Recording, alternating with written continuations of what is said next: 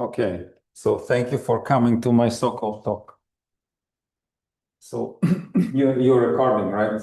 Yes. Okay, so I tried to explain what Martin was talking to you regarding this square representation in the context of knots. Okay, and I started differently from how I was trying this before. So if you think of a knot or link, the easiest example is something like this. Okay, so you have two strands, and then you twist them every time you get a crossing, and then you connect.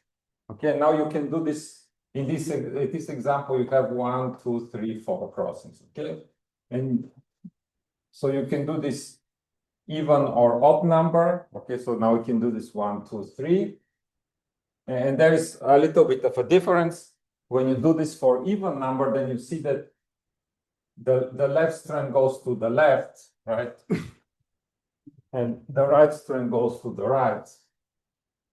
Okay, so you have two components.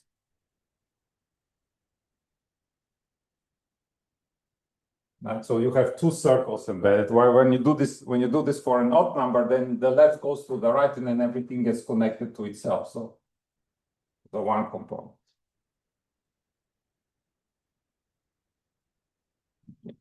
And in this case, so let's say this is n is equal to 4, and this is n is equal to 3. So this is even, and this is odd. Okay. And two components. So now this is called a 2n torus link. And when n is odd, then you call this a 2n torus knot. And this is kind of the simplest example of knots that you can think about, or links. So, and I need orientation.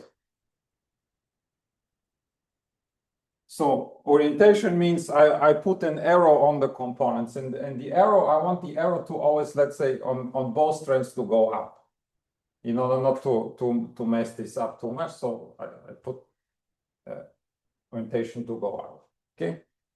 And when you orient the strands, you have always two types of crossings. The one looks this way, and the other one looks that way. So this is called a plus, and this is called minus. So every crossing up to rotation, when you orient, will always look like this. So here, the overcrossing strand has to turn counterclockwise towards the other crossing, and here's the other way around. So this is a positive crossing, this is a negative. So let's say I say sine.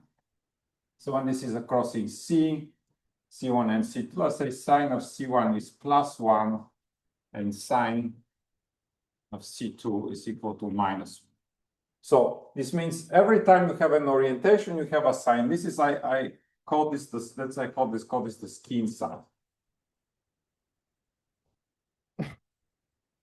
The skein sign depends on orientation. I emphasize on the word skein because I would introduce another sign very shortly. So this is the first sign that you need. So this is when you're given orientation. The other sign is not depending on orientation, but rather on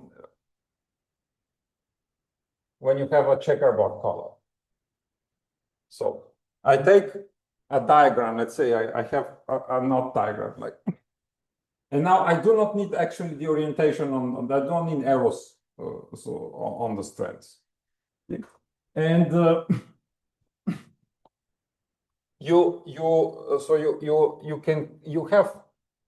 so when you have n crossings,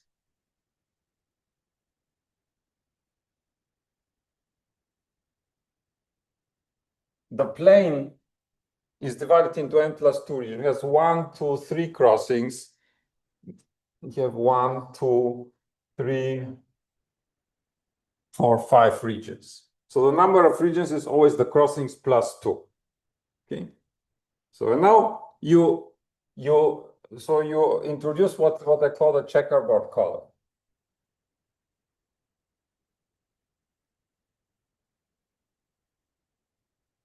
So the checkerboard coloring is every region gets a color, which is black and white, but for me now black is yellow. Okay, so white I cliff without drawing anything, and black is what I draw with a yellow chalk. Yes. So something like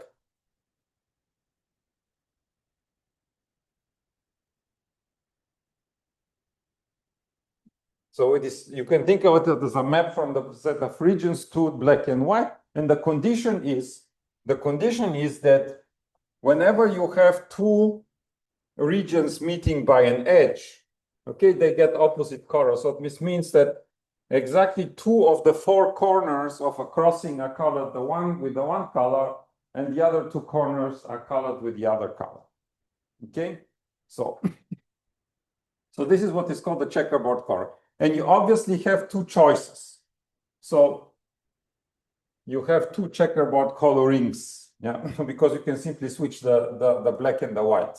Okay, so you have to keep this in mind that you have two choices of checkerboard. This, of course, does not require any orientation. Okay, and now when you have a checkerboard coloring fixed, so if you fix checkerboard coloring,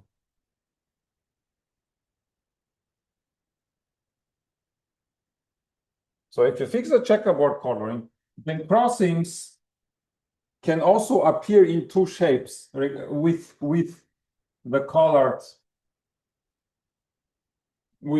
region. Sometimes it is, let's say, you have to rotate the white corner, the upper crossing counterclockwise towards the upper crossing stand towards the under crossing stand, and see you have to rotate it over the black corner. Okay, so you get two types of crossings. And let's say I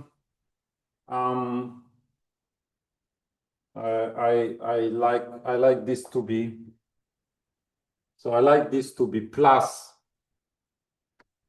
and like this to be minus. Okay, so and this is what is called the Kaufman sign.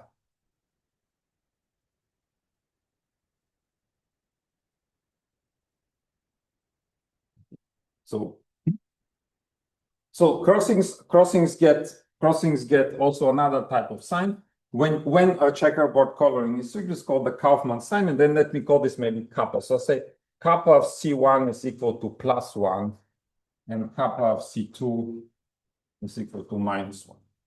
Okay. So you have to separate these two things, the Kaufman and the Skin sign. Yes. So two checkerboard colorings, can there be more than two? No. So I mean, you immediately see once you fix the region for one, the color for one region, then every other region gets its color, because you can always go across an edge from one region to another. Then this is simply determines that always must be the other color. Okay. So there are always two.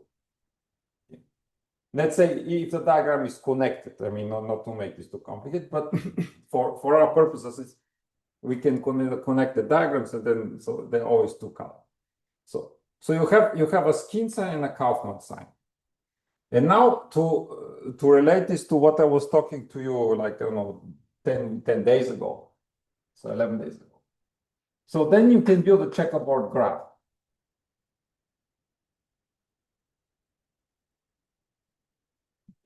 And the checkerboard graph, so then maybe let us do this for both coloring. So the one checkerboard coloring is this. Okay, and the other checkerboard coloring is you color the infinite region black, and then you color these two regions black. Okay, so now what you do is you put a vertex for every region. Okay, so in this case, there are two regions here, now there are three. And you must be careful that this is the same as that, so this is one vertex, okay?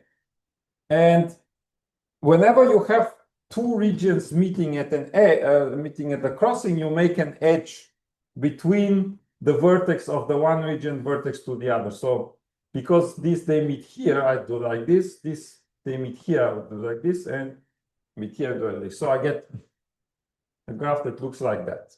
And when you do it here, you have two vertices with one goes here, one goes here, and one goes there. So it is a multi-graph. Yes. So this is a planar graph, but you are allowed to have multiple edges between the same vertices. This is important, very important. So this is called the checkerboard graph.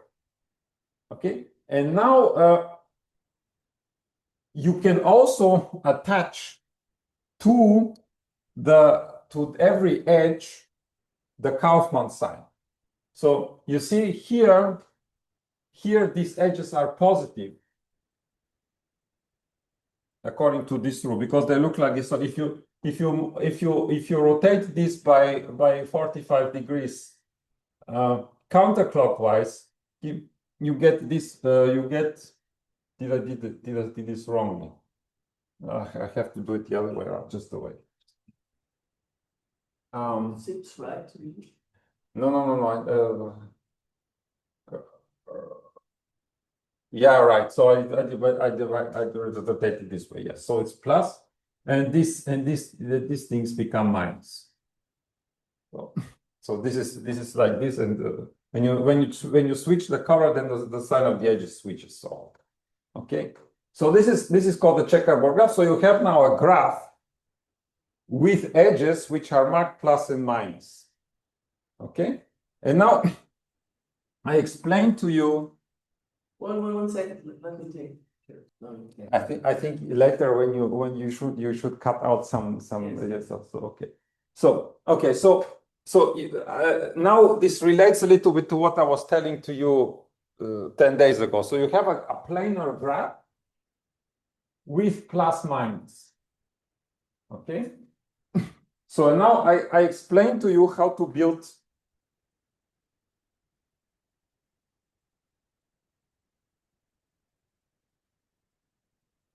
this matrix, which is called the Goeritz matrix. So the Goeritz matrix is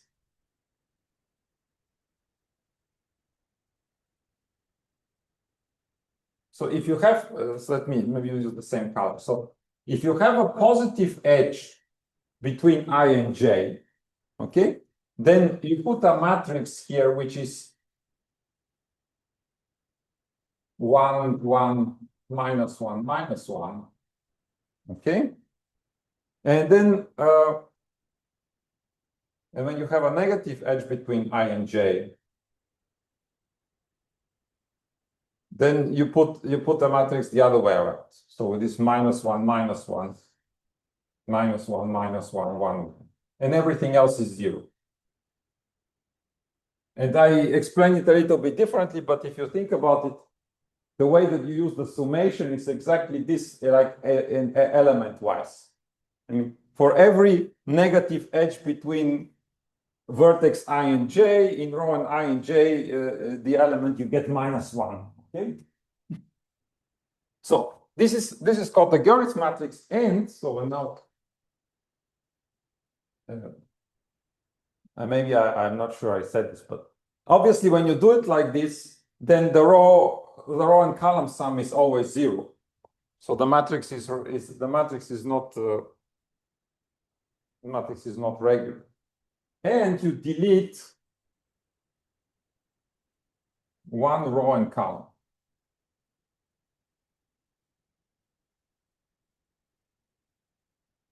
I mean, same, okay, corresponding same number, so corresponding to one of these vertices. This means if you delete the ith row, then you also delete the ith column. Okay. So this is how you build the Goeritz matrix. Let me again, all this becomes a large matrix. So these are 2 times 2 matrices. No, they're not two times 2 matrices. You have one row and column for every vertex. This is why I said everything else here is 0. So it is only the diagonal entries are minus 1, and here the two off diagonal entries are 1, and here 2 diagonal entries are 1, and 2 off diagonal entries are minus 1, and all the rest is 0. Okay, so So, but you sum this all together for every edge. Okay. Okay, and then if you have multiple edges, then you sum this according to the multiplicity. Okay, so this is how you get the Goeritz matrix. And remember, so the Goeritz matrix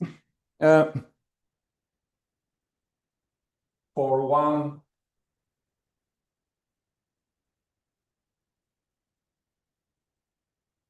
checkerboard color. So keep in mind that the Goeritz matrix depends on the choice of the checkerboard coloring. So if you switch the checkerboard coloring, then you get another graph with another matrix. Okay, so the Goeritz matrix depends on the checkerboard color. So now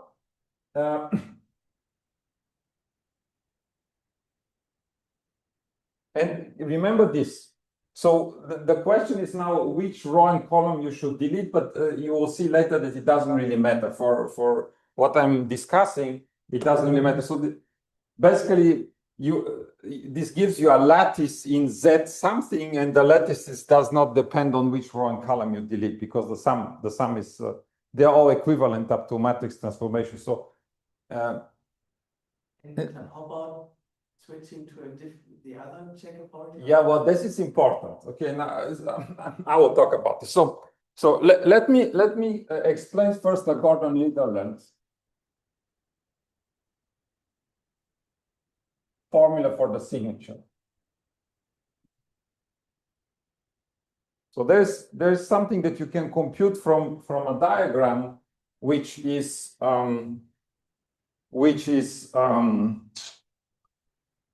related to the Goeritz matrix. So assume that you have this diagram, and with checkerboard color.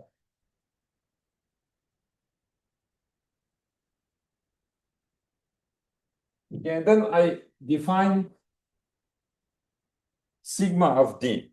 So I define now some way to compute something from this diagram. So it can be not or link, doesn't really matter. So I will try to make examples there. So so the first thing is you take the sum of a C is a crossing where the sign of C is kappa of C, and then you sign this, you sum these signs minus the signature of the Goeritz matrix. So let me see how. So let me call this gamma of D.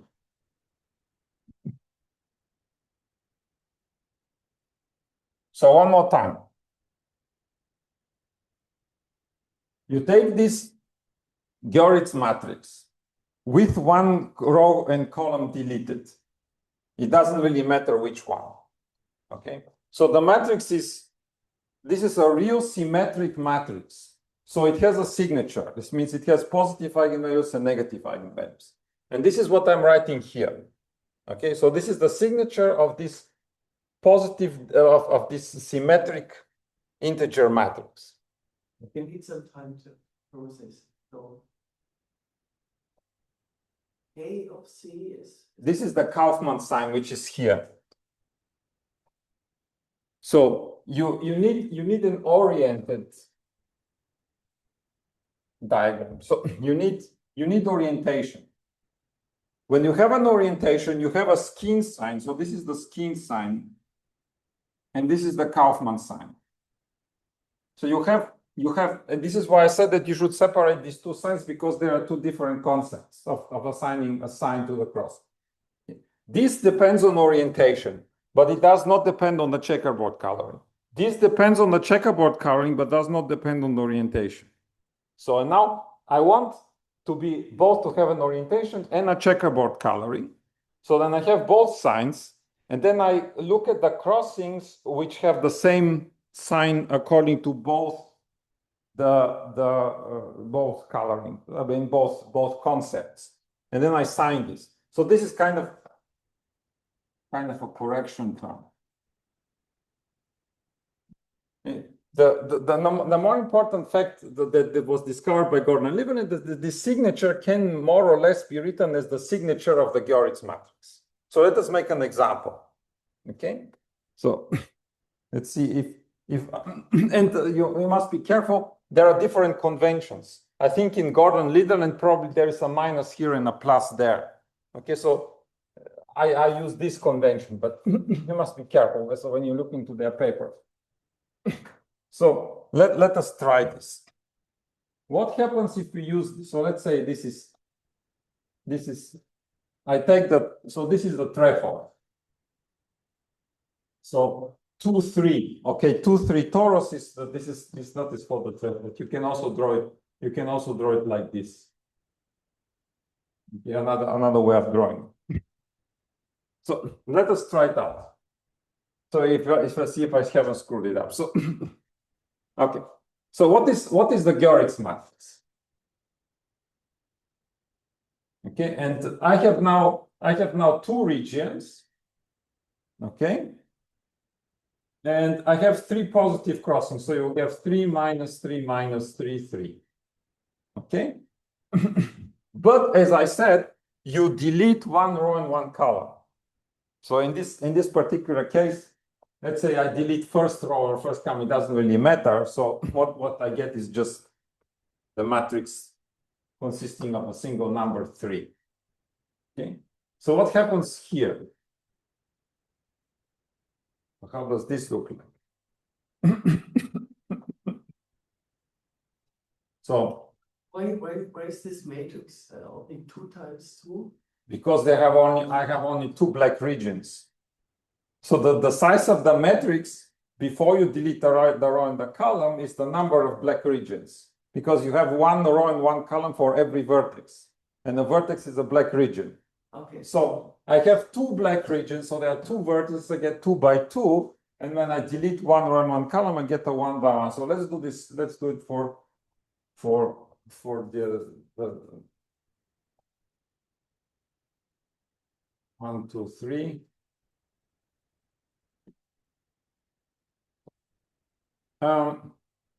And then let's say I put here 1, 2, 3. Okay. So and then you see, you visually see that this is, they have a 2 here, they get a 1 here, a minus 1 and a minus 1 there. So there's exactly 1 edge between each one of the 3.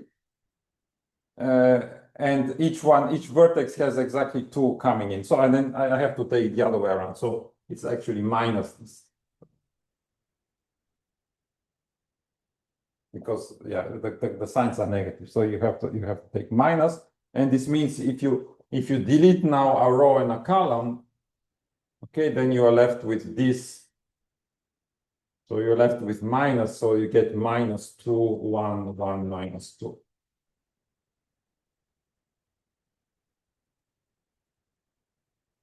So here this is the matrix 3, and here this the matrix is minus 2, 1, 1, minus 2. And the signature of this, so the signature of this is 1, and the signature of this is minus 2. Okay. So now let us so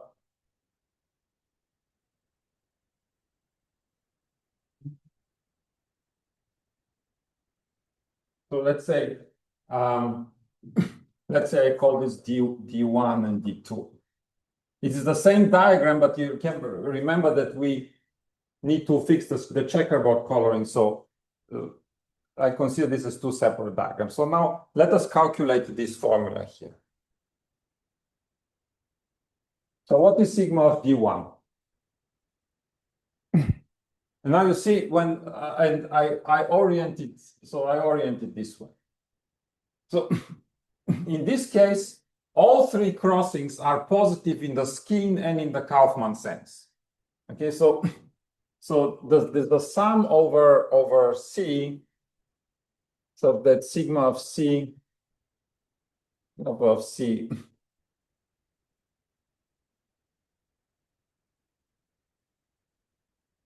So this is 3. Because for all 3 crossings, the skin sign and the Kaufman sign is the same, and it is positive. So you get 3. Okay, now 3 minus, now I use the signature of this matrix. So 3 minus 1 is equal to 2. Okay, so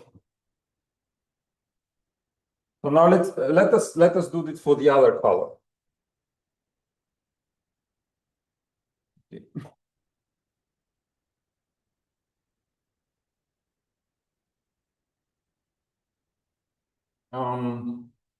Okay. So now what happens when you switch the checkerboard coloring? The skin sign remains the same because the orientation is the same. Okay, but now you have positive crossings in the skin sense, but they are negative in the Kaufman sense. Okay, so this means there is no crossing that satisfies this. So this thing becomes 0. There is no crossing, the sum over nothing, minus 2. Okay, because now you have to use this here. Okay, is equal to 2. Okay, now, okay, so we made it correctly. This is the same as that. So what you see in this particular example, I mean, this is now a very simple example, but to demonstrate what this does is, if you switch the checkerboard coloring, the formula, the value that this gives you is the same. Okay. So, and in fact, it's not only the checkerboard coloring, but you can also take a different diagram. Okay. So so signature, this sigma is an invariant of the link or not. So this means if I take some very stupid diagram, so I do something like, I don't know, something like this, okay? So I can make the diagrams more complicated. Okay? And you can, if you want, you can calculate. Okay, you take this diagram, you do this whole thing, and then you will see that this is always the same. So it is an invariant of the knot, not only of the diagram. It depends is independent not only of the checkerboard coloring, but it is independent of moving diagrams around of the same thing. So this is what the signature does. Okay, so this is the Gordon-Litterland formula for the signature. So they discovered this form. Okay. So now to come to what this is applied for. And now this is now the beginning of my previous talk. So when you have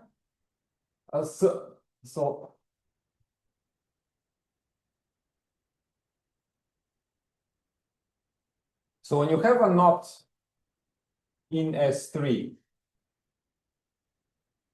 so I remember write S3 as the boundary of a 4-ball. Okay, so the 3 sphere is the boundary of the 4-dimensional ball. In the same way as the 2 sphere is the boundary of the 3-dimensional ball. So, and you have I can draw it only 1 dimension less, so it doesn't look very nice, but okay, here you have some knots. Okay, and now you can ask, so this knot then bounds some surface in the 4-ball. And I talk about smooth. Okay, so there's a big difference between so there are topologically embedded surfaces and smooth surfaces, and there's a big difference between the two. So I'm talking here about smooth. Okay, so K is the boundary of a surface, which is, so this is the boundary of the 4-ball. It contains in the 4-ball. So this is the boundary of the surface, which is contained in the surface, and the surface is here. Okay, so this is my surface S. Okay. So the knot bounds some surface in the 4-ball. And the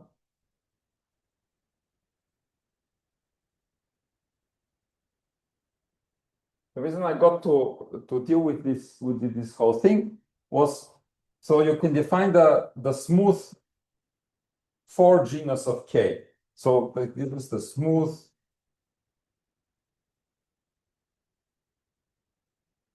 the 4 genus of K. So, and this is the minimum of the genus of S. S is in V4 in the boundary of S is equal to K. Okay. So you can ask among all the surfaces that bounds this knot in the 4 ball. So here is S3. Okay, so this is S3 and this is B4. So you can look at all the surfaces that smoothly bound a knot in the 4 ball. And the question is, what is the minimal genus of this? So this is called the smooth 4 genus, and this is very difficult to compute. So, but one thing so this is what I think Murasugi knew this. So Murasugi knew that the 4 genus of K is always bigger than half the signature. Maybe a remark. So remark. When K is a knot, the signature of K is always even. So you can use this to test your calculation. So you take any knot diagram and you do this procedure, and then you should always get something even. Okay, for example, for the trefoil, it is 2. If this is mirrored this way, for the mirror image of trefoil, it's -2. But so anyway, the signature is always even. So this is an integer, and this gives a lower bound for the genus of the circle. Upper bounds are more. I mean, they are. You can explicitly realize the surface, and then you see that there is an upper bound. So the problem is always the lower bound. Okay, so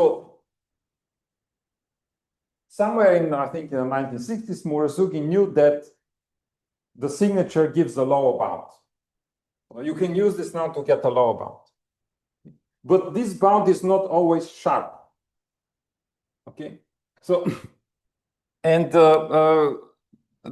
so the test that was developed from Donaldson's theorem is the following.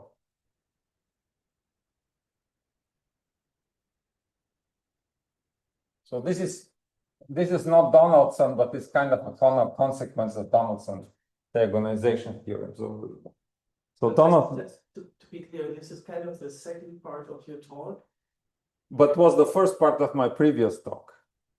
And what's the purpose of this? So I will come in just in a moment. So I will connect it in a moment. Okay. to all this. So just a moment.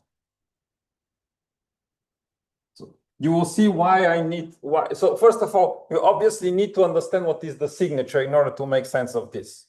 So for that reason already, it is very useful to know the Goeritz matrix. But in this theorem of Donaldson, you will see the Goeritz matrix explicitly. Okay, so assume that there is a diagram with checkerboard coloring.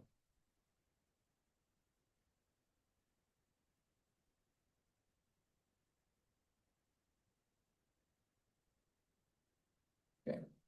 And we assume that the Goeritz matrix of D is positive definite.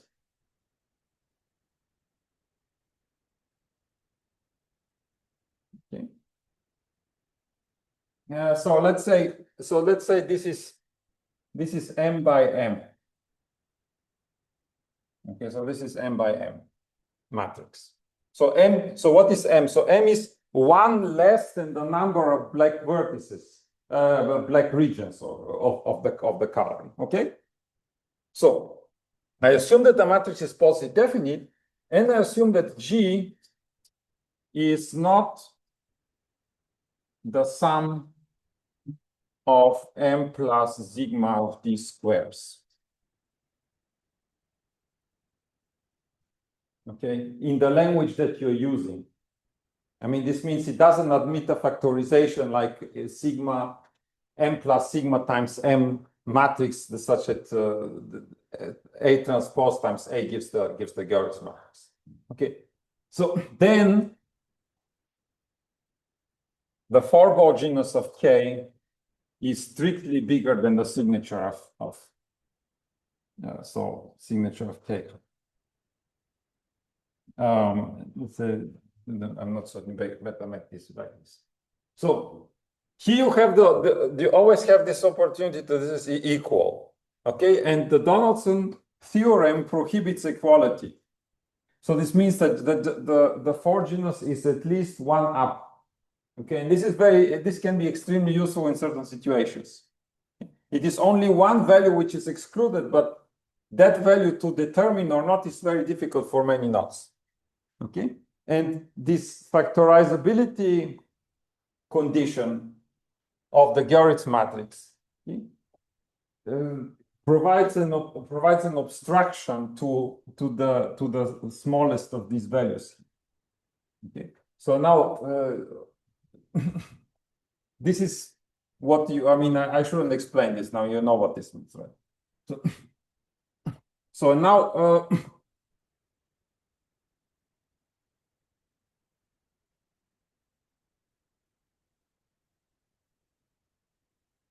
This is what I was using. I was using this plus more, but this is essentially what I was using in trying to determine the four genus of many, like 13 crossing knots or something like this.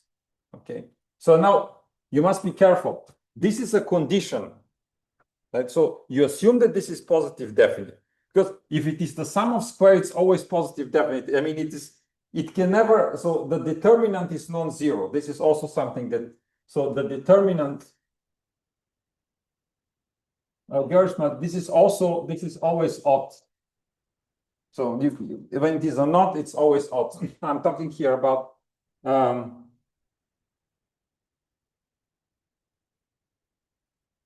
I'm talking about a knot, not about the link. So I'm talking about a knot.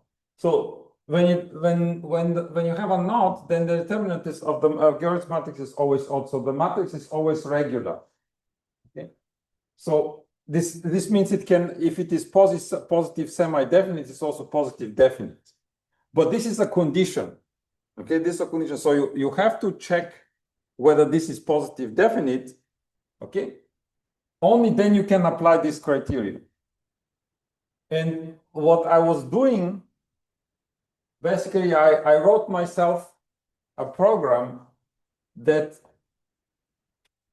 sorts out matrices that are of this sort, and then it tests whether it can factorize as the sum of a certain number of squares or not.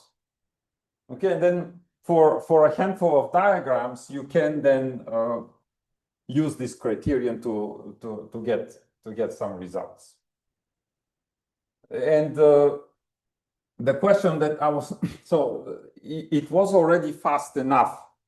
I was using a lot of tricks. This is elementary stuff, but still using a lot of implementation tricks to make this work fast. Okay? And the question was whether one can implement this also using the GNU. So something, I said this before, but in order to test this sort of thing, you can in principle live with integers which are not more than the largest absolute integer in the matrix, which is the number of crossings. And when you take with 20 crossings, you can live with integers from minus 20 to 20, okay? But this is inefficient. So you have to Jacobianize and things like that. And then if you want to do that, you always get denominators. And when you want to get rid of the denominators, the numbers get large.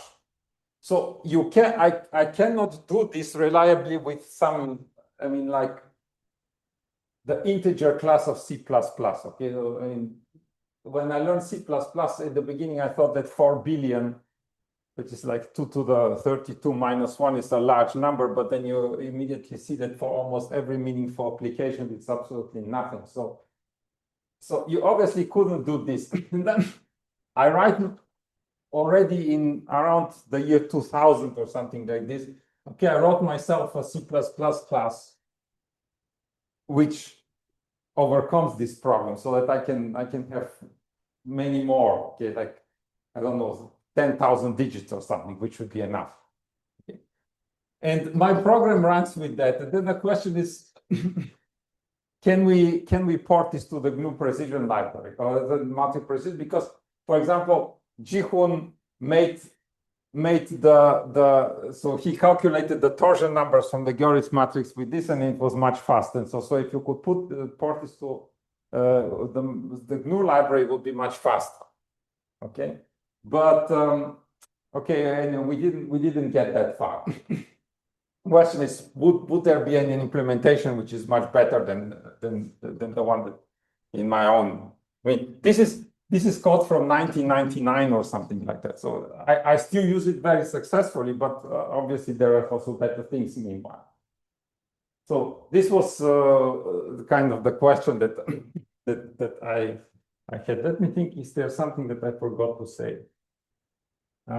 Maybe, do you have questions? So let me ask first this. You repeat how to compute the signature from the matrix. So, I mean, you have a so you have M is so let's say symmetric integer matrix. Okay, and then there's I don't know, Donaldson. It is Jacobianizing. So you can find a square matrix which matches the first row and column up to some multiple. Okay, then you subtract it, and then you get a matrix which has zeros here and here. You forget about these zeros, and then you look at what happens here. And then you can continue doing this. So, but at every stage you have to choose whether it is plus or minus, because sometimes it's a positive model, sometimes a negative one. Okay, and the sum of these signs will give you the signature of the matrix. So this is I mean, you can compute it another way. So you can simply calculate the eigenvalues numerically. Okay, but nobody, I mean, Jake was asking about the definition. What I mean of the signature. So the signature of the matrix is the signature. This has nothing to do with knot theory. So you have a symmetric matrix. And it is the sum of the signs of the eigenvalues. Okay, but so this is how you compute it in practice. Or let's say this is a good way of computing it in practice, because you do not need to resort to numeric, like to floating point or something like this. Okay, because every time, I mean, you try to avoid this because you always get rounding error and it becomes a mess without end. So you can do this. You can do this over the rationals. And consequently, you can do this also over the integers, because you can always scale it up. So, I mean, if taking a positive multiple will not change the signature. So this is why you can always do it over the integers. But even if you remove common factors, the numbers still get quite large. If you do not remove common factors, then like at every step, the size of digits doubles. So, and then you cannot do this even for 10 by 10 or something. Okay? So, I mean, these matrices that you get here, they are typically half of the size of half of the number of the crossings. So if you take a 20 crossing diagram, this will be matrices like 11 or something like that. Okay. And so keep in mind that you have two choices here. I didn't emphasize that. So if you can do it, you can try it with the one or with the other. Okay. And if it works with the one, then it's okay. So so that depends on which coloring you start. Yes, so you have to try both colorings. Yeah. For example, calculating the signature doesn't depend on the coloring. So you can always choose the coloring, you get a smaller matrix. But this criterion does depend on the coloring. So sometimes it is the larger matrix that satisfies this, where you can use this condition, but not the smaller one. Okay? How about which row and column you delete? It doesn't matter. The signature is the same, because they're all Z kind of Z. I mean, determinant one matrix conjugacy equivalent. So that doesn't matter. Okay, so this is why it doesn't, but it does of course matter for the computing. So when I was doing this, then I of course try to delete, I think I try to delete the row and the column when the diagonal entry is the largest. And then I also sorted the rows and the columns according to decreasing diagonal entry, because for this particular implementation where I was seeking the squares, it was the fastest to do it that way. I mean, there are a lot of tricks, okay? You try a lot of tricks to make this faster, so that it gets fast enough and it does me the work. Okay, I mean